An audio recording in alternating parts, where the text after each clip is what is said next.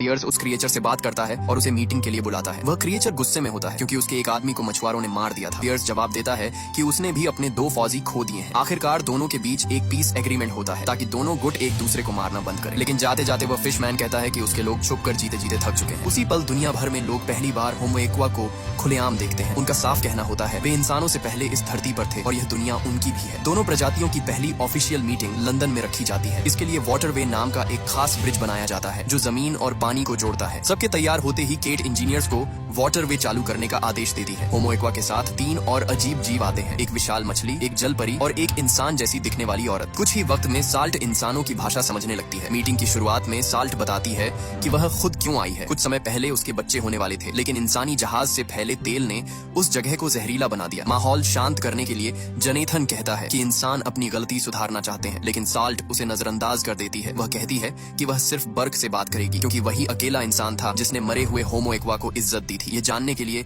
कि होमो एक्वा बर्क को ही अपना एम्बेसडर क्यों बनाना चाहते हैं, केट उससे लंबी पूछताछ करती है। उसकी जिंदगी के हर पुराने किस्से को खंगाला जाता है। जनेथन को एम्बेसडर बनाने की कोशिश फेल हो जाती है क्योंकि साल्ट साफ कह देती है कि वह सिर्फ बर्क से ही बात करेगी। इसी वजह से यूनिट की प्रेसिडेंट बर्क से कहती है कि वह उसे इस रोल के लिए तैयार करेंगी। जब बर्क उस होटल में पहुंचता है जहां उसे कुछ दिन रुकना है तो वहां भारी सिक्योरिटी देखकर वह चौंक जाता है। उसके कमरे में उसकी बेटी और एक्स वाइफ पहले से मौजूद होती है। बारबरा को जब पता चलता है कि बर्क को होमो एक्वा के साथ नेगोशिएशन के लिए चुना गया है तो वह हैरान रह जाती है। उधर केट लगातार यही सोच रही होती है कि अगर जरा सी भी चूक हुई तो लड़ाई छिड़ सकती है। तय समय पर बर्क मीटिंग के लिए पहुंचता है। शुरुआती बातचीत के बाद साल्ट अचानक थेम्स नदी का एक गिलास पानी मांगती है। एजेंट्स तुरंत पानी लाने चले जाते हैं। जैसे ही पानी कमरे में आता है बर्क वह गिलास उठाकर साल्ट को देने के लिए आगे बढ़ता है, लेकिन साल्ट कहती है यह पानी तुम्हारे लिए है। यह सुनते ही बर्क सन्न रह जाता है। उसे समझ नहीं आता कि क्या करे। पानी पीने की बजाय वह स्क्रीन पर लिखी स्पीच पढ़ने लगता है। साल्ट उसे रोक देती है। वह कहती है कि उसे रटी रटाई बातें नहीं चाहिए। तब बर्क स्क्रिप्ट छोड़ देता है और साफ बोलता है कि पानी और मिट्टी का गंदा होना इंसानों की गलती है। अपने लोगों की जिम्मेदारी लेते हुए